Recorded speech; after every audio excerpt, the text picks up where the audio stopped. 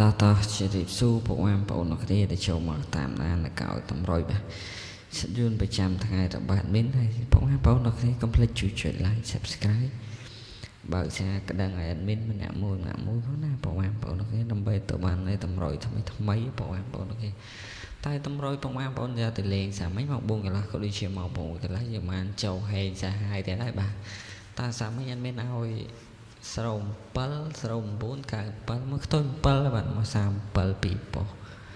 ចាញ់ចឹងមានថាត្រូវបងប្អូនគ្នាក្របធំជាមកក្របស្ដាយតមក4អត់បានចូលទេប៉ុន្តែមក6កន្លះបាទមក6កន្លះគឺចូលសាហាយតែម្ដងបងប្អូនគ្នាបាទបងប្អូនយកមក6កន្លះទៅលេងគឺចូលសាហាវស្អាតតែម្ដងបងប្អូនគ្នាបាទតើបងប្អូនយកមក6កន្លះទៅលេងគឺយើងចូលចំបាទចូលចំចូលគុណបាទចូលគុណ389អើ879គុណបាទចូល879គុណប៉ុសអាបឺបាទហើយអុសខ្ទង់អុស0អុស7ទីគឺថាយើងចូលអុស0អុស9និយាយចេះខុសហ្នឹង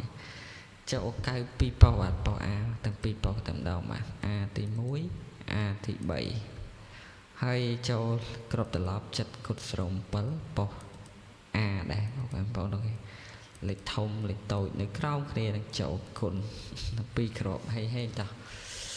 ជម្រាបហេដល់គ្នាបងប្អូនគ្នាសូមកុំភ្លេចជួយចុចពាក្យថាជីវ subscribe បើកនៅសញ្ញាឬក្តាំងម្នាក់មួយបាទដើម្បីទទួលបាននៅតម្រុយហេងឈុតប្រចាំថ្ងៃពីខាង channel YouTube របស់ admin តោះហើយតម្រុយហ្នឹង admin ក៏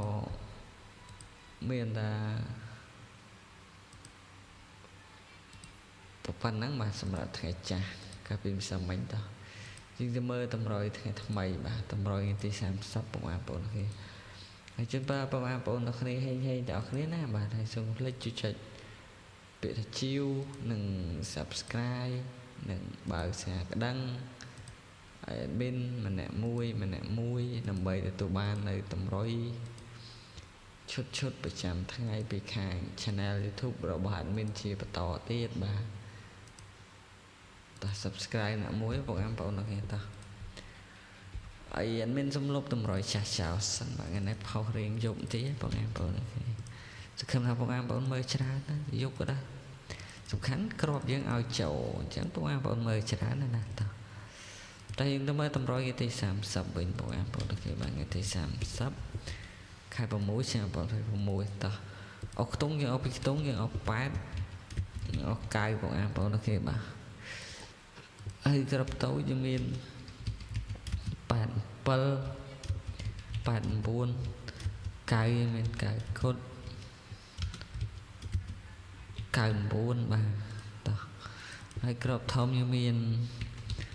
789 124គុណតោះជូនបើហេជោគជ័យដល់អ្នកគ្នាអរគុណបាយបាយ